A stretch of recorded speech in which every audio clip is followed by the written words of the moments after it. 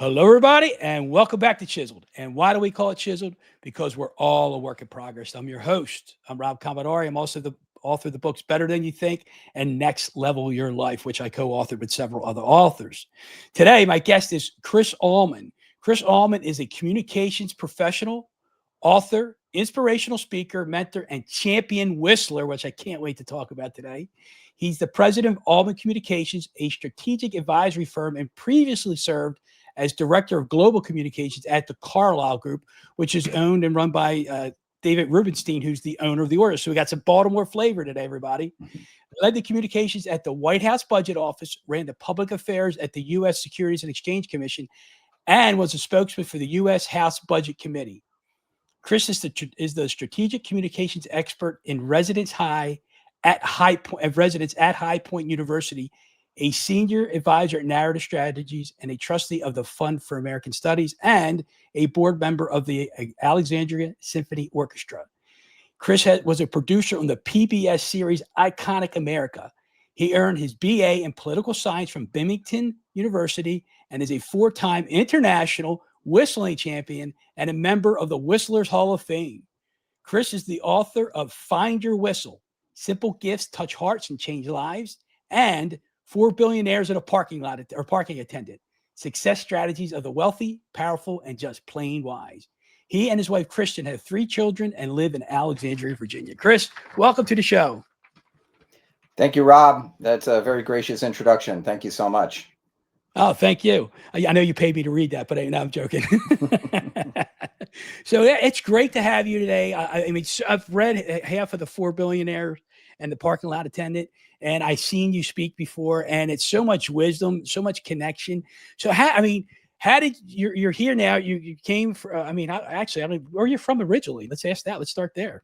Yeah, so I grew up in New York and lived there until I graduated from college, and then came to Washington, D.C., where I've been for 38 years. Hard to believe. And came originally to work in politics, as you noted during the very kind introduction, but then went corporate, doing PR the whole time, and then 7 years ago started my own little PR firm. So I'm a one-man band. I've got some very cool clients, including David Rubenstein, owner of the Orioles and chairman of Carlyle Group, a big private equity firm. But all along that, I've been whistling. I've been whistling since I was 5 years old, and I'm 62, so that's a long time.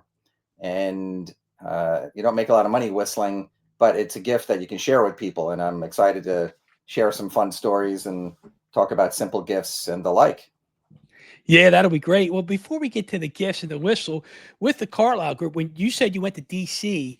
Thinking to get into politics, did you think you'd be in the PR world, or was that part of it? Was that the plan? It was actually not the plan. The plan was to come to Washington and work for a member of Congress and probably do more of like public policy research and like developing bills and laws and the like. But this really gets into the issue of serendipity. Is you don't know what life is going to throw you day in and day out. And while I was looking for a job on Capitol Hill, there were none. So I ended up getting an interview at a trade association for symphony orchestras. And I almost didn't go to the interview. I said, why should I bother? They don't have a job. It was just an informational interview. But wow, I'm glad I did, because that one interview set me on this almost 40-year path of doing PR, because that person I met with said, I don't have a job, but I like you. And then she connected me with a friend of hers who was hiring, and I got my first job in PR, really loved it. And that's what I've done my whole career. Now, I've done it in different places in the government, and then several places within the government, the legislative branch, the executive branch, the advocacy world, the nonprofit world, the for-profit world, that's the Carlyle Group, and now as a entrepreneur, self-employed person. But doing corporate communications and branding and helping people tell stories of who they are and what makes them special. That's really where I specialize. When I have a client, I look at who they are and what their objectives are, and then help them shape their how they talk about themselves as individuals or organizations, or if it's a cause, nonprofit that is a good cause. So communications is really important in our society, because if you have to get things done, you need to be able to have a message, be able to communicate well with your audiences. And that's what you do here on your podcast, is that you're a communicator. You're trying to harness the kind of the knowledge, the wisdom of people out there, and then share that with your audience. And it's really important. I mean, that's how we grow as individuals, and that's how we learn, and that's how we get inspired and comforted, all through effective communications. Yeah, you mentioned the storytelling. I was reading your book, The Four Billionaires, as you see on the screen here, the four billionaires in a parking lot attendant, a parking attendant. I don't know why I keep saying parking lot, but parking attendant. And I know you're talking about branding, right? And you said how people talk about themselves. And I think if I read it correctly, by digging out how they talk about themselves is kind of how they discover, you help them discover their brand. Hmm. That's right. So I have, and I think everyone in your audience can appreciate this, is that when you know yourself as a person, when you work at an organization and you've worked there for a while, if you've written a book, you know yourself, you know your organization, you know your book, you know it really, really well. But people on the outside, they don't know you or your company or your book. And it's almost as if they have uh, blindfold on and thick gloves. And what branding really is about is figuring out what is it about that person or the cause or the organization or the book that those people with the blindfold and the thick gloves need to know to be able to understand and appreciate, and if it's a book, to buy your book. And that's really what good communications is about, is plucking out the information that's most important, and then presenting it in a way that's very understandable and digestible from by the audience. And that's what I do, and I just love it. I love working with authors and CEOs and other bigwigs, and helping them tell their stories and achieving whatever their goals are in life. That's great. So the question I'm going to ask you, this popped in my head just now. When did you, obviously you write this book, you're coming from a place of, authority, knowing the information. When did Chris Ullman say, "Hey, I know myself"? When did that time come? Oh wow. Well, yeah, I'm 62, so I like to think um, that coming to know myself is a process, and I hopefully will be on that journey until the day I die. So it's the process of discovery of who I am and what are the gifts God gave me, and how will I find purpose in the world, and how will I develop my faith, and that is a journey. So now, to be more specific about kind of self discovery, I think many of your listeners would agree, and I think you would as well, is that there are these kind of landmarks in life where you have these aha moments, and you come to better appreciate kind of who you are, and what are your gifts, and what's important to you as an individual. I've had lots of those. A couple. Uh, in the I would say even when I was a kid, when I had these kind of aha moments, and when I met people you know, who like a special teacher. I had a teacher in high school who was my creative writing teacher, who to this day I credit with kindling my interest in writing.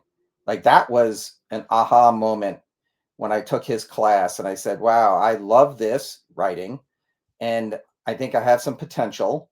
I have not won any Nobel prizes yet for writing, but you never Yet, know. yet. Not yet, not yet. Um, and so that's probably one of the earlier ones. And then um, there are moments when, as a parent, I'm skipping around here, so I have three children. when they get into college, especially like one of our children goes to the University of Chicago, and when she got in, I mean, it's one of the most selective schools in the world, like a 4% acceptance rate. That was an aha moment for me, just to see how all the work that she put into it and how we nurtured her along the way, where you see it all comes to fruition and getting accepted, and now she's a rising sophomore and working hard, and like that was a real aha moment. There have been moments in my faith journey, where I've met certain priests. I'm Catholic, who've really inspired me, helped me be more objective about my weaknesses and how to overcome them. And then, and then my wife. I've had a lot of aha moments in the 25 years we've been married, of both joy and sadness and growth. And I'd say I respect people who are single, but there's nothing like having a spouse who keeps you in line and helps you be your best and is a sounding board.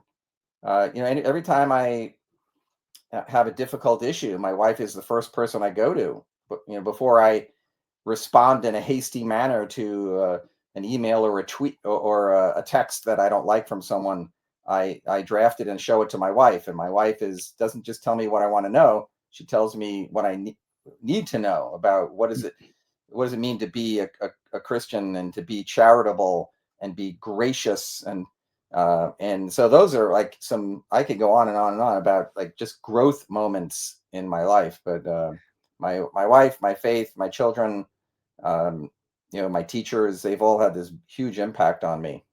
Yeah, that's powerful, and I appreciate you sharing all that. You said the words discovery and journey, and it makes me think about, the subtitle of this podcast, we're all work in progress. And you said Mhm. earlier, it's a process, right? So it's the work in progress is always a process on this journey of discovery. So I love that you said that. I guess one of the questions I have for you here is, you said you liked writing. Question is, do you like writing better or storytelling better? Well, I think one follows the other. So I like to entertain. I'm not you know, what I found early on is I was not a good joke teller, but I'm a good storyteller. And to be a good communicator, you have to be a good storyteller to help someone explain who they are as a person, and you have to be a good storyteller. And then you have to figure out, well, what are the means by which I tell these stories? You can do it orally. I have a few TED Talks that people can watch on YouTube, and those are oral storytelling, but they started with the written word. And because you have to write a script, and then you refine the script so that it sounds natural, and then you can speak it without sounding like you're reading something. But I think writing is kind of the first skill you must have, because it forces you to organize your thoughts. And my writing style is such that I like throw a lot of stuff on a page, like to just get it on there, and then refine it over time. Like I almost never have writer's block, because I don't seek perfection in my first draft. I'm very, like, years ago I used to try to get first draft to be 95% done. And I found that took too long, because I would sit there and ponder every word without actually typing. Now I'm looking for 80% completion on my first draft, and therefore the words flow much quicker. So I'm producing content, and then you go back and edit and refine and the like. And then it's also a reflection of my job. As I said, whistling doesn't pay a lot, so I've had a career for 40 years, and the whistling has been an overlay over my career, kind of parallel alternative reality for all these years. But in all those jobs I've had, I have to write, and then do public speaking, of course. But so I have to write on demand. If a boss says I need something written, I can't say, I haven't found the muse. I'm sorry. I'll get back to you in a week. Say, no, I need it tomorrow, or I need it now. So, and Stephen King, the famous author, has said he became a good writer by writing. Uh-huh. And the more you write, the more the words will flow, and you'll get good at organizing them and then refining them. And it will become less of a chore and more of an enjoyable experience. Yeah, because I didn't like English, I didn't like writing, but I did like telling stories.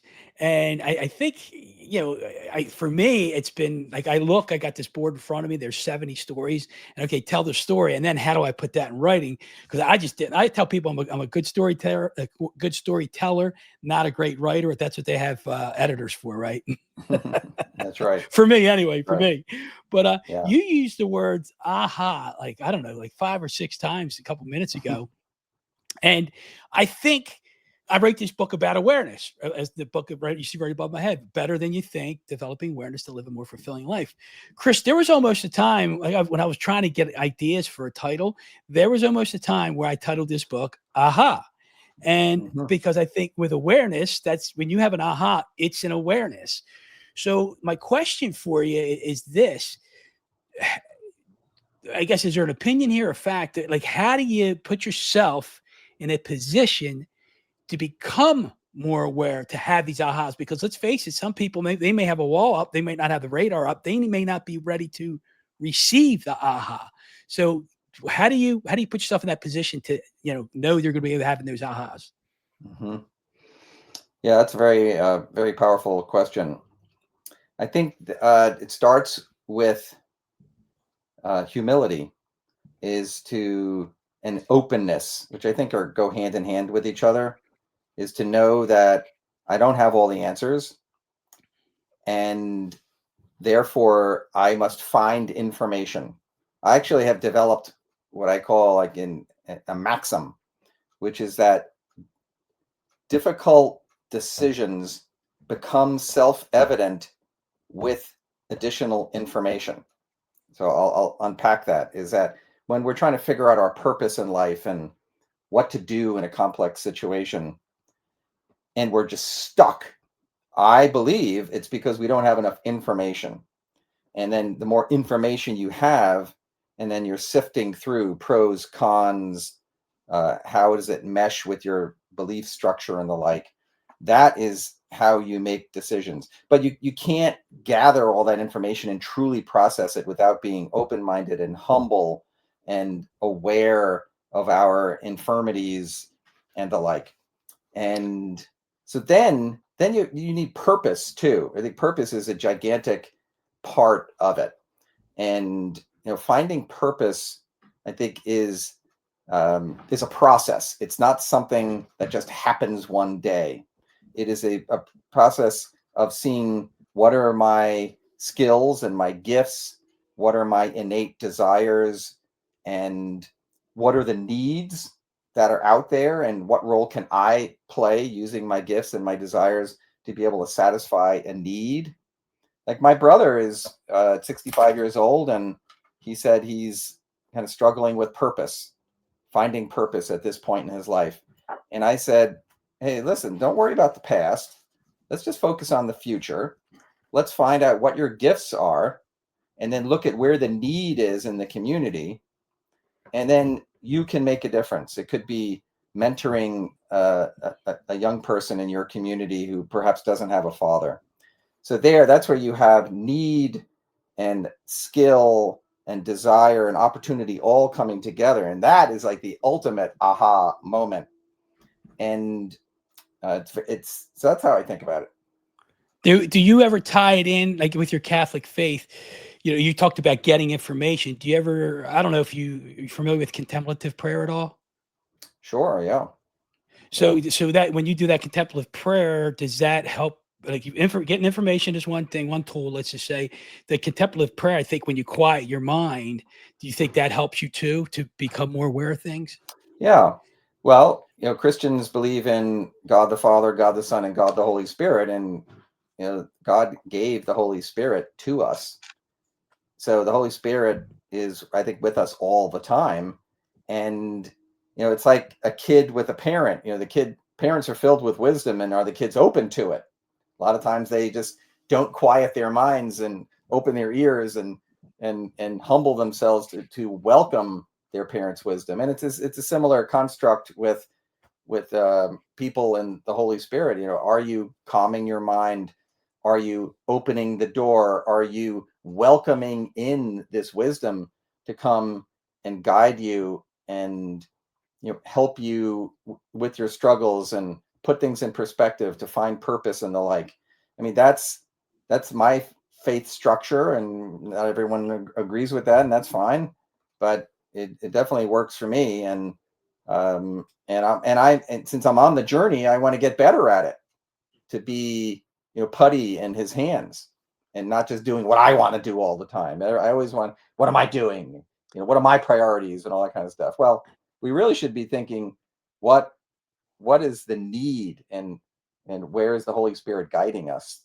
When I used to teach a religious education class to a bunch of third graders, and I started every class with like calling on the Holy Spirit to come into that classroom to open our minds and our hearts so that we could learn and about our faith, and then learn to love, because it's all supposed to be about love God, love your neighbor, love God, love your neighbor. It's not that complicated. It's hard, but it's not complicated. We make it complicated. Yeah, It's funny. exactly. You talked about talking to allow the Holy Spirit to come in. Like I sit here, and people have heard this before. When I wrote the book, when I did the podcast, it was all about, for me, just having a conversation with the Holy Spirit and allowing him to just guide my way. And I don't know where it goes yet from here. I just know there's something there, and I just got to keep following that lead. So it's powerful to hear about that. So, Chris, let's get into the whistling thing, because I know we want to talk about that. You talked about purpose, which I know is about finding your whistle. So Chris also wrote this book, it's called Find Your Whistle, Simple Gifts, Touch Hearts, and Change Lives. So you talked about being a whistler since you were 5 years old. At 5 years old, did you know it was your purpose, or was it just something you enjoyed doing?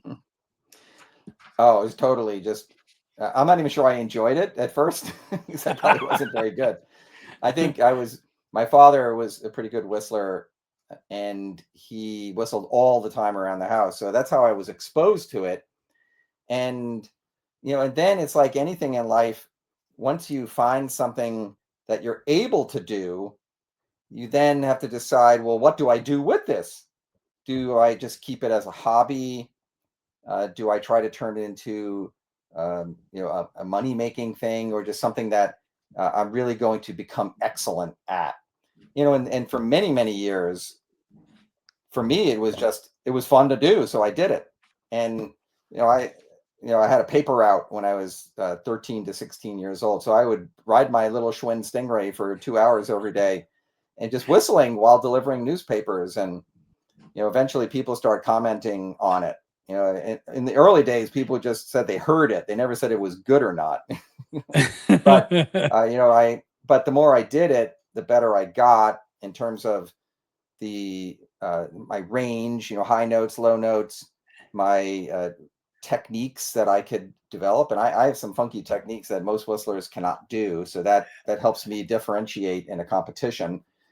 I developed my repertoire so I could do different types of music. And then I also had to deal with stage fright. The first time I ever whistled in front of an audience was in college. And I was so nervous that one of my legs was like shaking uncontrollably, and my lips were quivering, and they created this like fake or artificial vibrato. It's like, whoa, whoa, whoa, whoa, just... Now I got through it, and the audience liked it, but I had to figure out, how do you manage that? Because when you get nervous, sometimes your mouth gets dry, which is not good for a whistler. So you have to be able to manage that. And it's like anything, the more you do it, the better you get, the more comfortable you are. And when I coach my clients on public speaking, I say, if you practice enough, you will actually enjoy giving the speech and not just kind of like muscling through it and trying to get it over with. So now when I perform, like I perform the national anthem at major league games, including 2 Orioles games, past 2 seasons. Like I'm 5% nervous, which is actually good because it keeps me humble and keeps me prepared. But I have a great time. Like God gave me a gift, and now I've developed it, and I rehearsed. I am ready to share my gift and hopefully inspire people and just bring some joy to them, which is really like the subtitle of the book. These gifts that touch hearts and change lives. That's really what it's about. And anything I can do that gets me thinking about someone other than me, because humans are selfish creatures and I am human, therefore I'm selfish, is how do I counteract that? And that's why I whistle happy birthday 700 times a year for people. And to be able to say, all right, I'm going to go think about this person. It could be a friend. It could be someone's 100-year-old grandmother. And I've done a lot of those, and complete strangers. And I'm just going to honor you. It's not about me. It's about you. And that's good for me. Just helps keep me humble, but it enables me to share this gift that I've got on a daily basis. Yeah, I love it because I've heard you present before. I've heard you whistle before, and I was going to bring up how you just whistled at the Oriole game. I don't know, about 2 months ago, I think it was something to that effect, right? Yeah, yeah. And but just a side note, I had a paper route too. When I had mine when I was 11, my first route, I was up at 4 o'clock in the morning.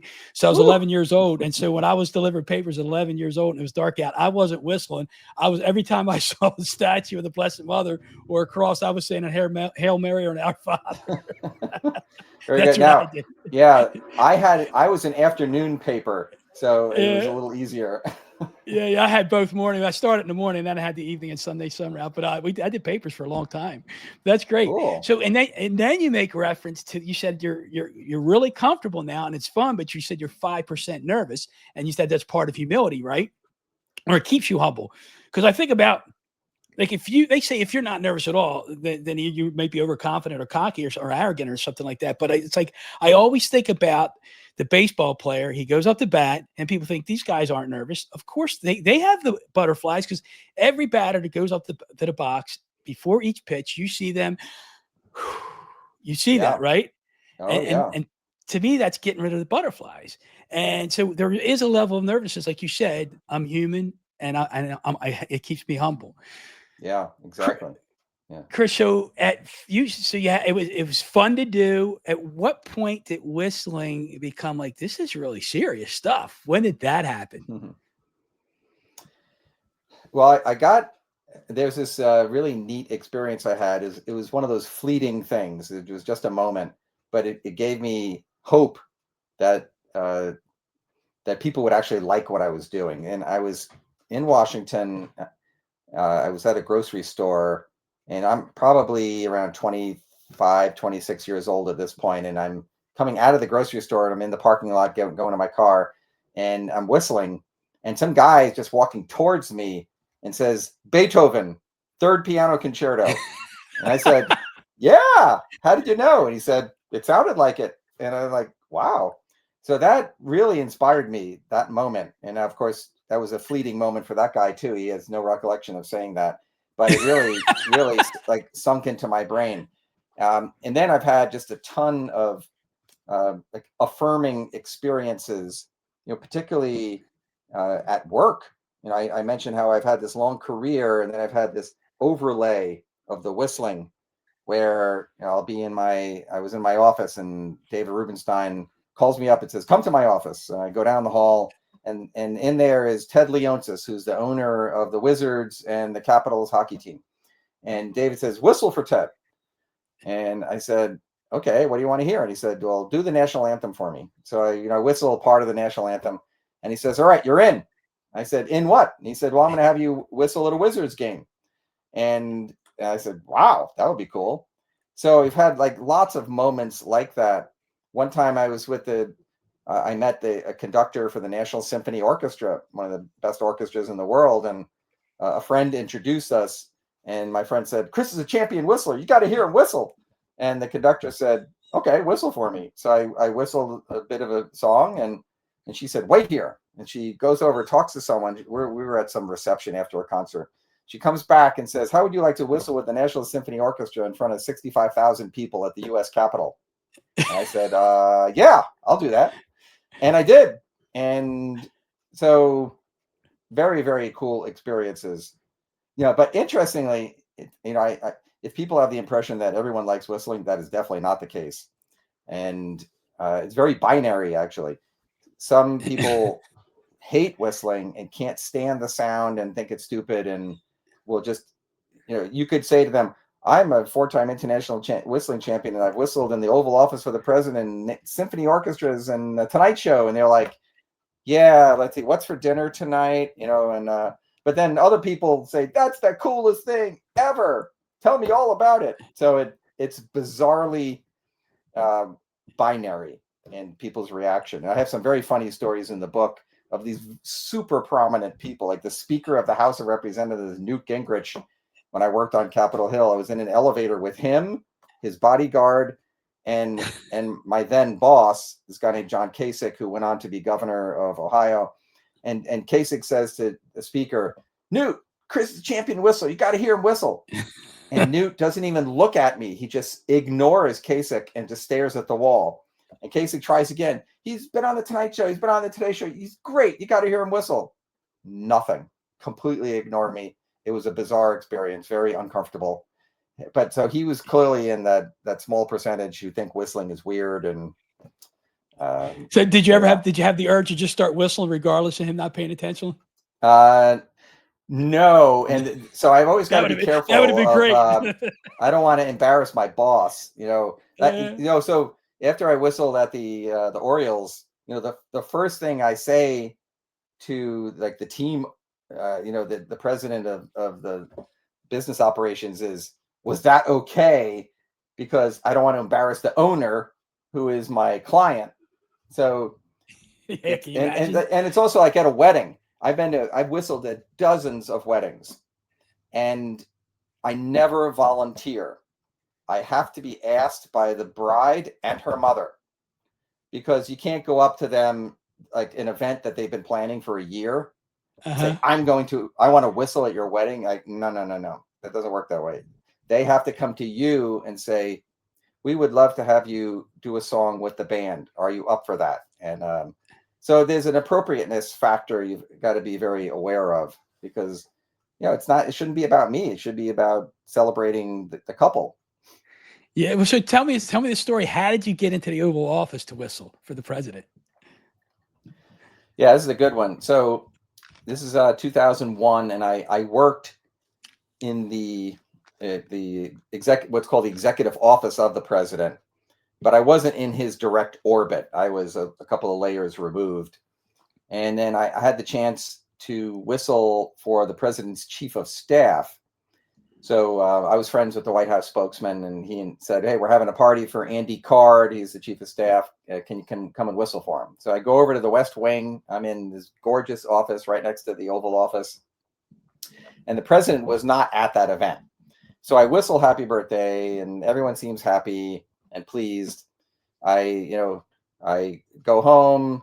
I come in the next day, and my boss, who is the head of the Office of Management and Budget, he's in the president's cabinet, very big wig, is Mitch Daniels, who's then went on to be the governor of Indiana. Anyway, he said, the president was asking about you this morning. And I'm like, what? And he said, well, he heard that you whistled for his chief of staff. And I said, was that okay? And he's like, yeah, he thought it was pretty cool. All right. So then a couple of weeks go by, and I walk into a staff meeting at work, and Mitch Daniels says, meeting is canceled. Ullman, you stay. And I thought, oh no, I must have said something stupid to a reporter, and I'm about to lose my job. But instead, were you really thinking that? Were you thinking that? Oh, absolutely. I mean, when you are a spokesman in the White House, you're just one bad quote away from losing your job. It's a very intense environment. So Mitch said it was the exact opposite. Mitch says, all right, get your jacket. We're going to the Oval Office to whistle for the president. I'm like, what? Were you more than 5% nervous then?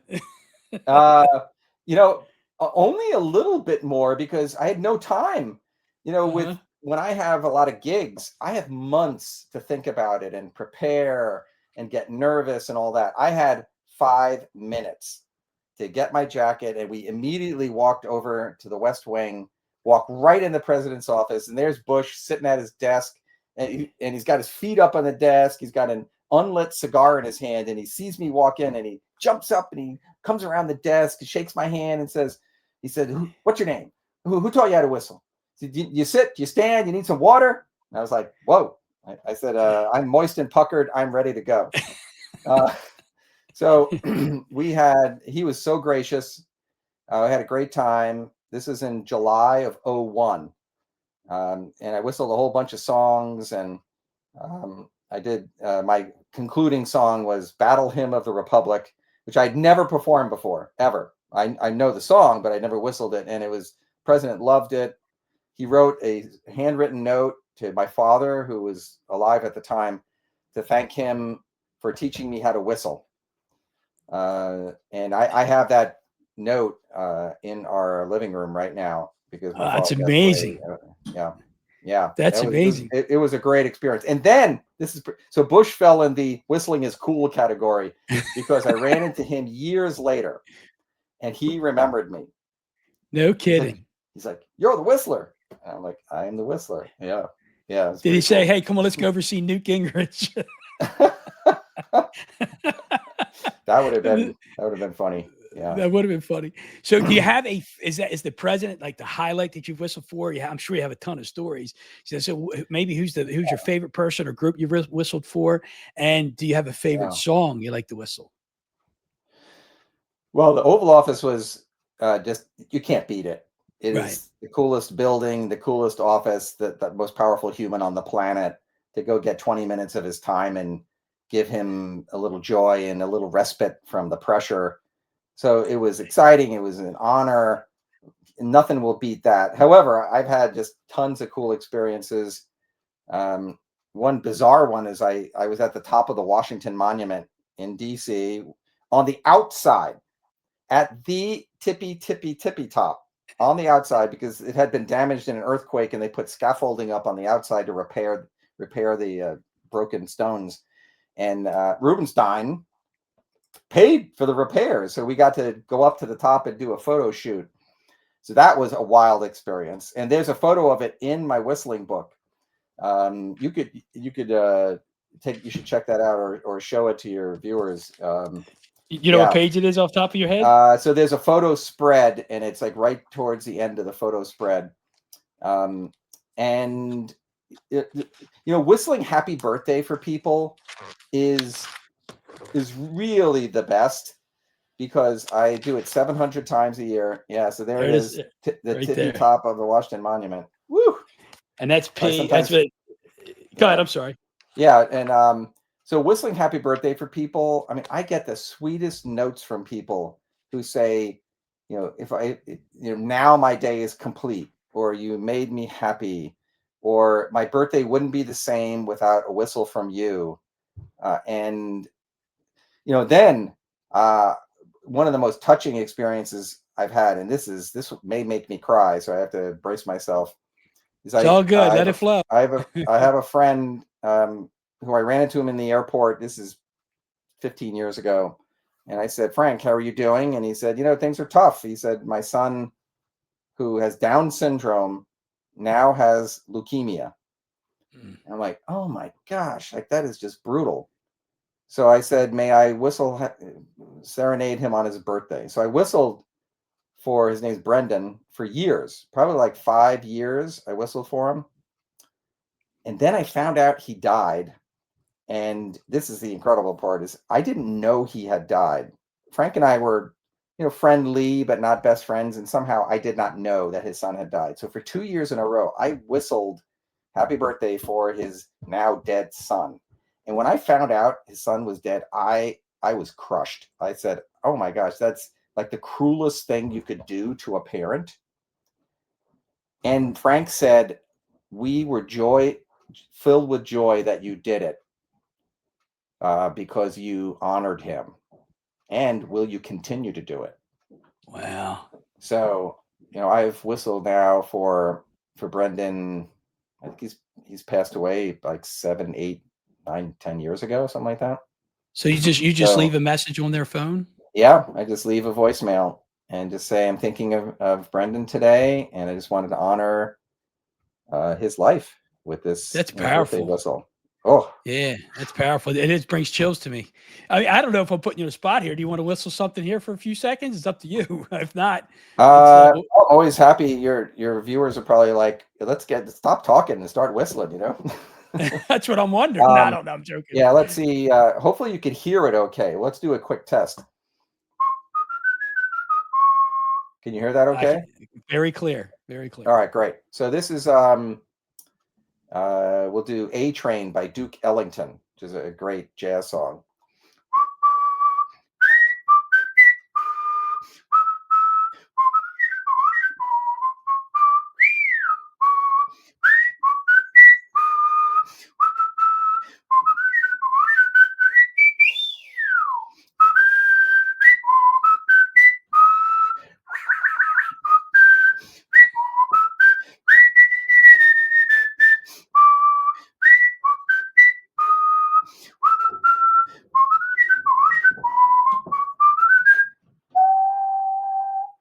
That is awesome. There's a- I'm clapping for you. Thanks, Rob. That's awesome. That is awesome, man. I could listen to that Yeah. for a while because you whistled a few times for us at that one event by Mark Palak. That's who introduced us. So Yeah. that is incredible. So and I could see how much you love it. Just I mean, with people who watch the video, because a lot of times people just listen to it, but watch the video, they could see like the expressions and the effort and how you emphasize everything. It's so cool. It's a full body experience. Okay. Not an out of body, but a full body. Full body. Yeah. There you go. So, Chris, talk to me about finding your whistle. Now, everybody's like, well, whistling's not my purpose, but how do people find their whistle? How would you help somebody find their whistle? Yeah. Yeah. So the first is you got to like understand and believe that you have gifts. I meet many people and they say, "Oh, I don't have any gifts." And I say, "You do." I said, "But the key is to think small." Now, we live in our society where it's always big, more, better. And you go to a college graduation or even a high school graduation, and the speakers inevitably say, "Now go change the world." And I say, what are the odds of changing the world? You know what the odds of changing the world are? Like zero. Right. What if those speakers said, with this education and with your knowledge and this young wisdom that you had and the spirit that you have, now go change the life of the person right next to you? What are the odds of success? 100%. So I say to people, the way to kind of find your whistle, and of course it's a metaphor for what is your gift, is to first survey your skills and how you intersect with people at work and your volunteer and your family, and what are you doing with these gifts that like does touch and intersect with other people's hearts and lives. So that's really important. Then you actually ask people, like talk to the people who know you and love you and get their thoughts on it. And then think small. Don't worry about changing the world. And then really importantly, be courageous. Get out there and share the gift and don't just keep it bottled up. I believe we have a duty to touch the hearts and lives of the people around us. And I do it through whistling. I do it through mentoring. The second book, The 4 Billionaires and a Parking Attendant, was based on years and years of mentoring and then telling my mentees stories of these wonderful people I've worked with, and stories about that lead to successful outcomes, because they help you think and behave in ways that will achieve whatever you want to achieve. It's not about how to be a billionaire. So most people have multiple gifts. Some gifts are bigger than others. Some are more developed than others. But I want people to realize that you have it, to go develop it, to do a survey of your skills, talk to people who know you, be courageous, and don't worry about changing the world. Just worry about the person right next to you. When a person thinks or surveys their skill, like you said, do you feel like for you or for any, do you feel like I would say, hey, do you ask them to feel an energy behind it? Like I say to people, like I sell houses. I'm a realtor, right? And I say a house is, is it humming to you? Is it singing to you? So Yeah. like if I have a thought of a skill, do I feel excited about it? Do I feel energized about that skill? Is that something you would suggest people Yeah, pay I'm attention I'm to? glad you brought that up, Rob, because I think passion is important. And uh, when there's something that some gift you have that excites you, because to develop a skill, it takes work. People Yeah. sometimes people say to me, "Do you practice?" I'm like, "Oh my God, of course I practice. It's an instrument. You can't be a great guitarist or a cellist or a singer without practice." So yeah, I practice. Um, and it's and then you have to say, what am I going to go do with that? And so and then but I've had passion all these years because, like, for example, this is crazy. When I in 1996, it's hard to believe it was that long ago, I did a Graceland pilgrimage. So I got in my car and I drove all the way to Memphis, Tennessee to commune with Elvis. And I did kneel down and next to his grave and whistle Love Me Tender. But to be able to whistle for a full week, I was in the car alone for 7 days, like 7 or 8 hours a day, whistling the whole time. And I was trying to get my lips in the best shape possible, develop my repertoire that I was going to perform. It all paid off. It was I won every prize that year, but that had to take passion. If I was not passionate, there's no way I could whistle for hour after hour. So I do think that's important. Wow. In terms of like surveying the skills, finding that energy, asking people, what they think you're good at. How often I'm making an assumption here. How often do you equate this to the biblical story of the parable of the talents? Oh, I love it. Actually, that was the reading just a couple of weeks ago where the Lord of the mansion gave 5 talents to one, I think three to another, and then one to one, the third person, and the first person came back with 10 talents. The second person came back with 6 talents, and the first person came back with 1 talent. And the master was not happy. So Right. I gave you this gift. What did you do with it? You just buried it in the ground. So that is a great parallel here. Is that and that's why I do look at this and I say God gave me a gift. What am I going to do with it? And it's a duty. I don't think people should just rest on their laurels and not develop their gifts. And I tell my kids, I said, God gave you brains. Are you going to work hard in school and develop those skills and learn and then develop that gift and then to have it shape your life and eventually be able to have a family and then touch many more lives of the people you encounter. But it all starts with harnessing the gift. Yeah, yeah, but you said the key word. You said duty, right? It's the people who don't do anything with it are the people that are bearing it, and they might not even know they're bearing it. And I'll bet there's some people that do know they're burying it in fear. But it is a duty. If Yeah. you get gifted, I think it's a duty for us to refine it, to make it the best it can be, to help as many people as they can help. I think that's how I believe. I'm Yeah. assuming And you similar. said if I got a fear, that's why I say you have to be courageous. You have to Yeah. really um, put that fear aside and realize that you have a gift and you're sharing it with the intent of bringing joy to other people. Yeah. So help me help others or help us, the audience, understand, okay, here I am, Rob, and I think I have this gift and I'm feeling really good about it. And people tell me I'm pretty good at this, that, the other thing. And now I'm just afraid. I don't have the courage. So, what would you say is the first step to overcoming that fear, to develop that courage, to get out and use that gift and help others? Yeah. So I developed a phrase. Uh, it started out in work in my various jobs, but it applies to life in general, which is called embrace incrementalism. And so I am very big fan of this one little step, another little step, another little step. And I talk to aspiring writers and they say, I have this great idea, but I have, um, I have a mental block and I'm so busy and It's hard for me to prioritize. And I said, do you really want to write that book? Oh, I really, really want to write that book. And I'll say, you could start writing that book today.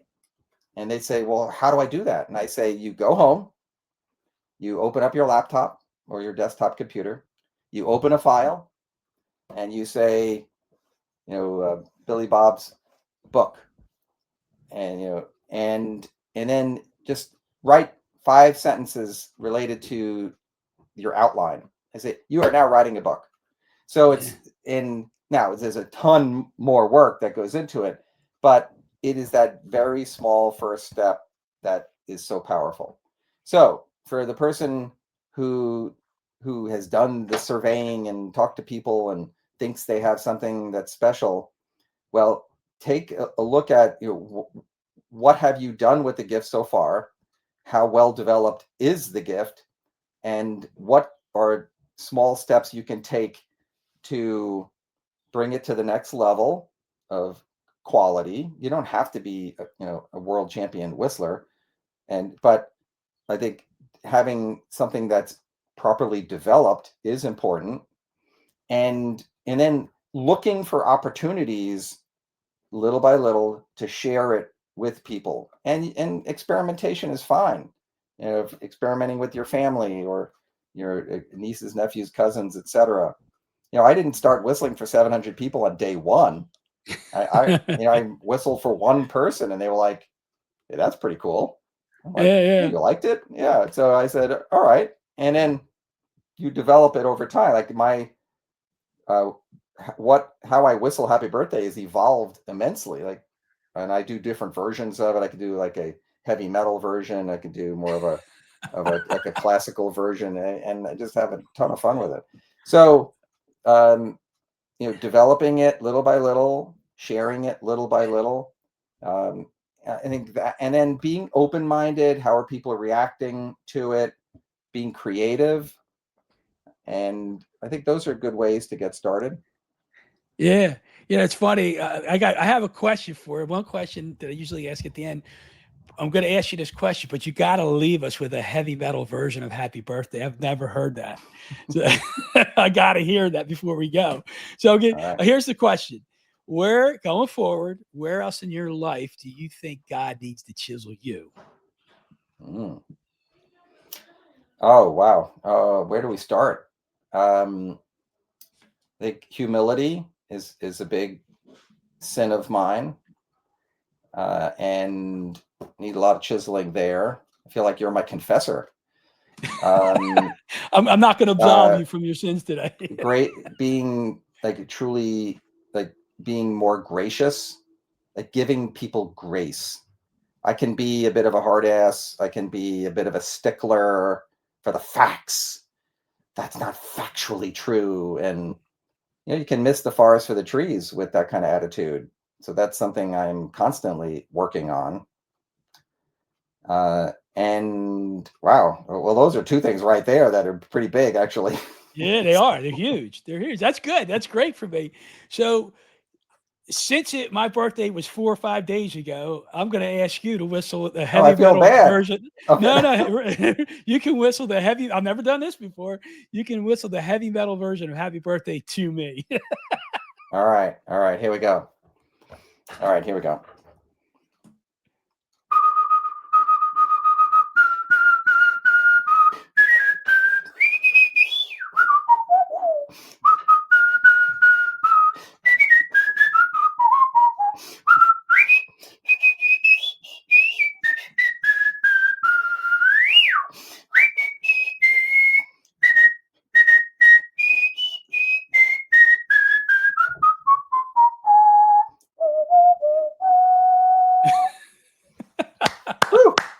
I hope you recover awesome. From that. Okay. That's awesome. I'm ready to rock and roll, for lack of a better word.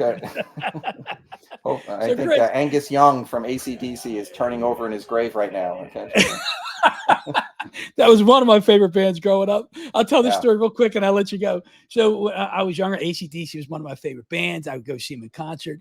And there was, I forget what album it was, but it was a picture of Angus on the altar, you know?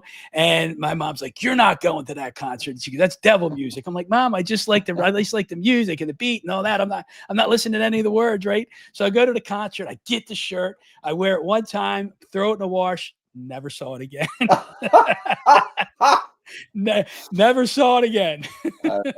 I love it. Wow. Well, I love AC/DC. I actually came to love them long after I moved out of my parents' home, so they did not have the chance to throw out any concert T-shirts. That's great. So, Chris, man, I am so grateful for your time today. I'm grateful for the wisdom you shared, the energy, the whistling. So awesome. If somebody wanted to get a hold of you for mentoring, whether it's for speaking, for whistling, for whatever the other things you talked about, how would they get a hold of you? Sure. Well, thank you for this opportunity, Rob. It's been a delight. So I have a website. It's chrisullman.com, ChrisullMan, chrisullman.com. My email is chris@chrisullman.com. People are welcome to contact me that way. And just thank you so much for the chance to talk about our gifts and making a difference in our little worlds. It's awesome, man. Thank you so much, Chris. So I say one thing every time I end the podcast, but I'm going to add something in front of it. So until next time, everybody, work on finding your whistle and go getting chiseled. Take care, everybody.